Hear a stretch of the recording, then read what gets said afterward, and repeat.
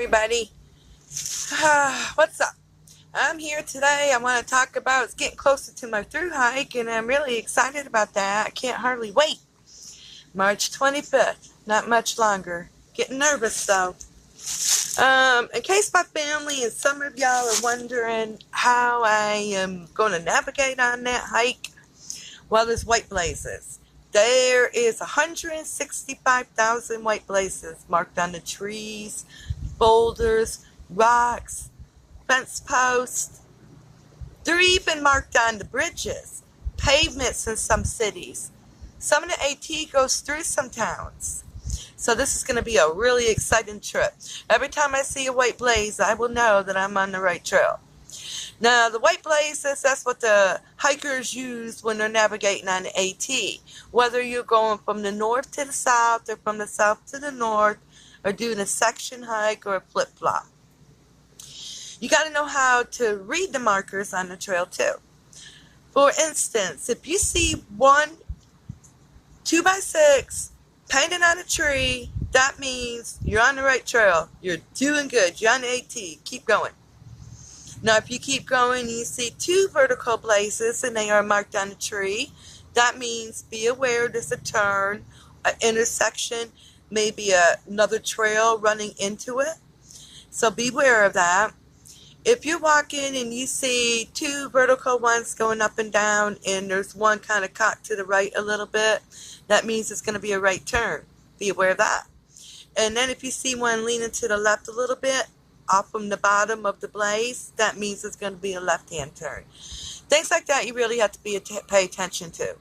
Now, say if you've been walking for about a half a mile and you haven't seen a white blaze yet, turn around and go back until you see one.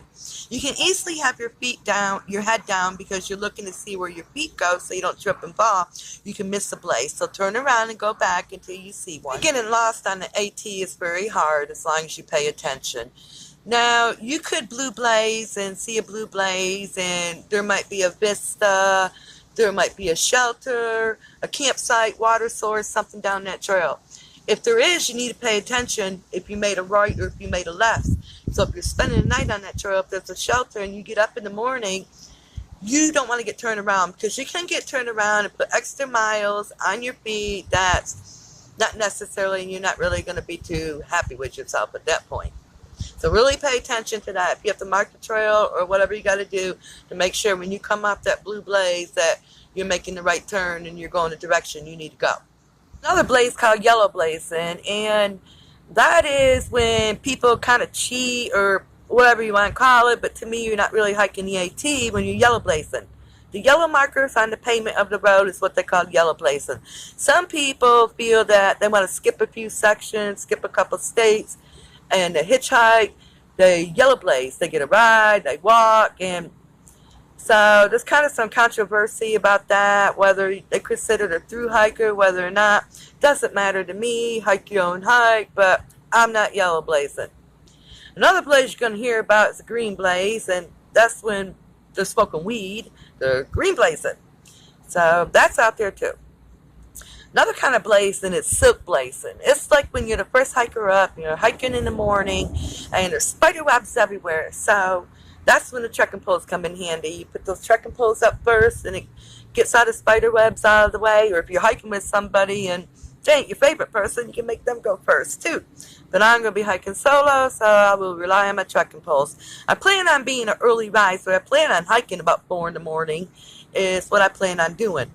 In the real world, I'm up early anyway, so I like to continue that schedule while I'm hiking. Another kind of blazing, they say, is pink blazing. That is when pink blazing is when a guy hiker will slow his roll down so he can hike with a girl.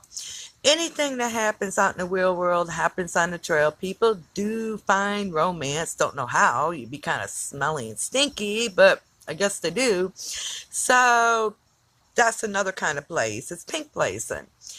Another kind of blaze is aqua blazing.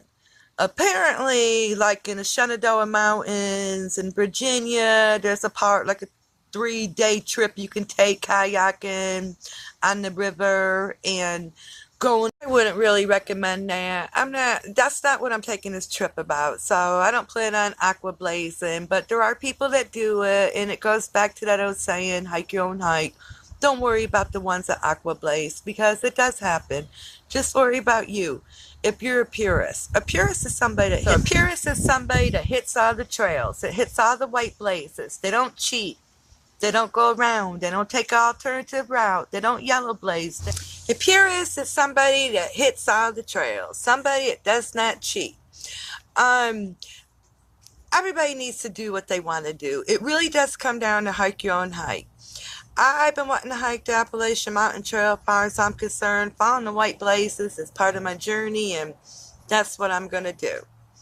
Well, y'all, you're probably wondering, why am I sitting here telling you everything that I think that I have learned about the blazes and I haven't even hiked the AT?